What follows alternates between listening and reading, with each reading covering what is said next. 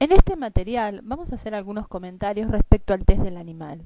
El test del animal es un test complementario, pero más allá, digamos, de la mayor o menor riqueza que su administración pueda proporcionarnos respecto a la personalidad del evaluado, es interesante su utilización en la batería como una técnica mediatizadora. Esto es a veces, por ejemplo, cuando una persona ha sido sometida recientemente, por ejemplo en el caso laboral, donde esto se suele presentar a una evaluación psicotécnica, entonces la persona está como más con las técnicas que le fueron administradas así más en su consciente.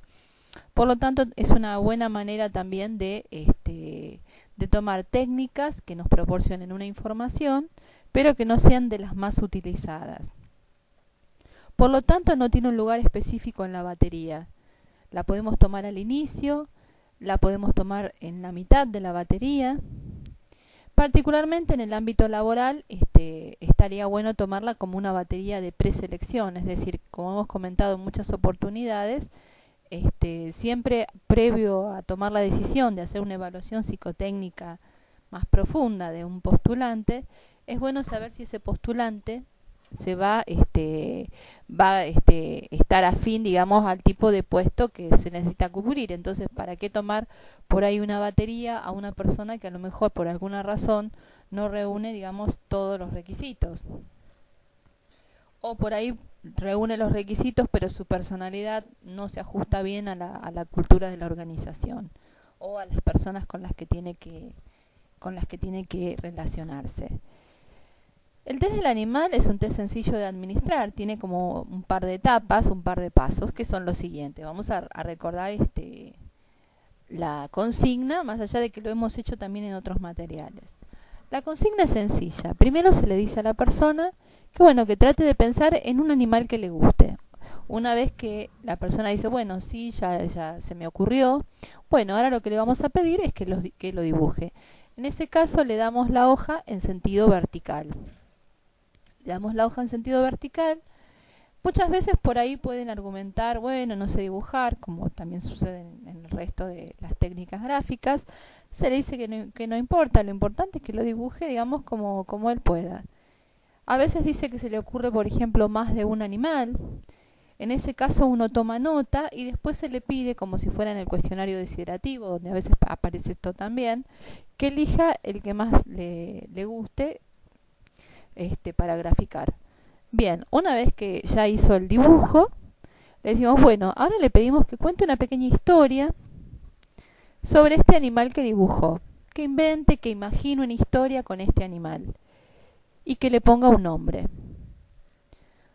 Una vez que terminó de hacer el relato, es importante destacar, como siempre lo hemos hecho también para los otros test gráficos, que todo lo que sea relato siempre se le debe dar una hoja aparte. Pensemos que cada hoja es el medio ambiente y entonces es importante ver cada vez cómo la persona se va adaptando a las distintas situaciones.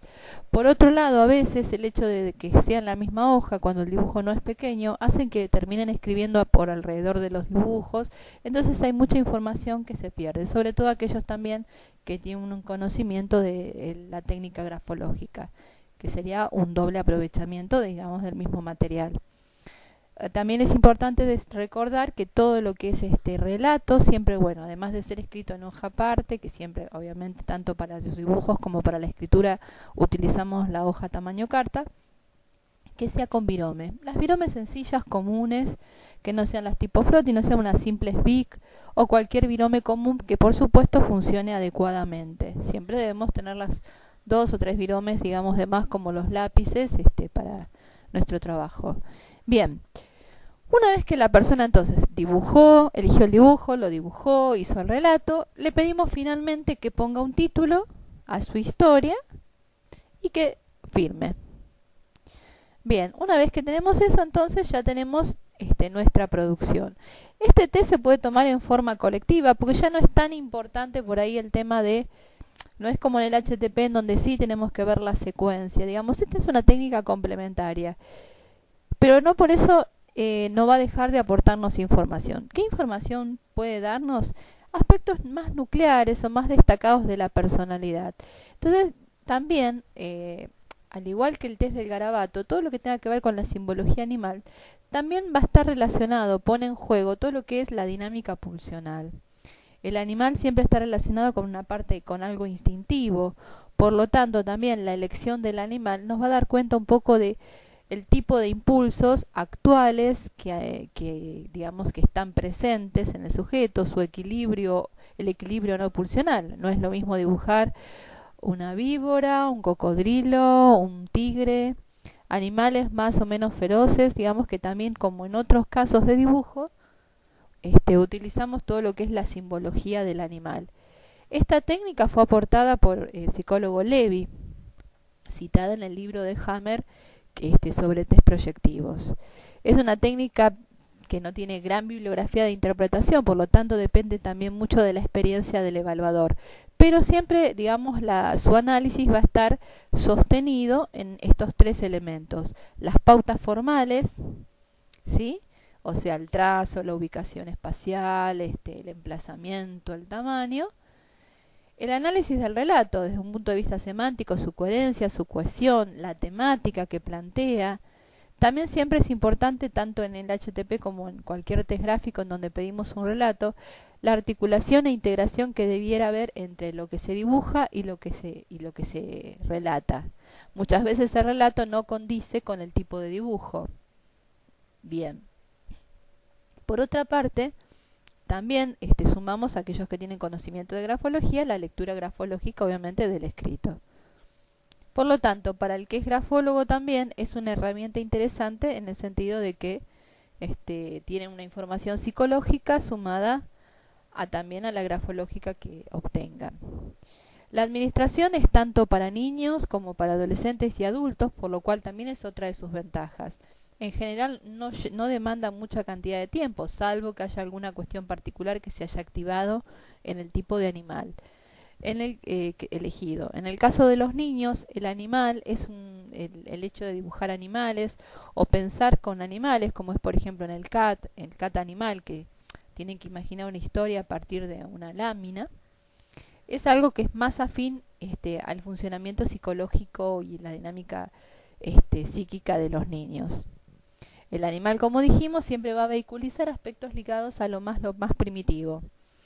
Bueno, en el material gráfico pueden ver un poco el análisis. Refrescamos acá un poquito lo que hemos comentado en el aspecto gráfico de pautas formales.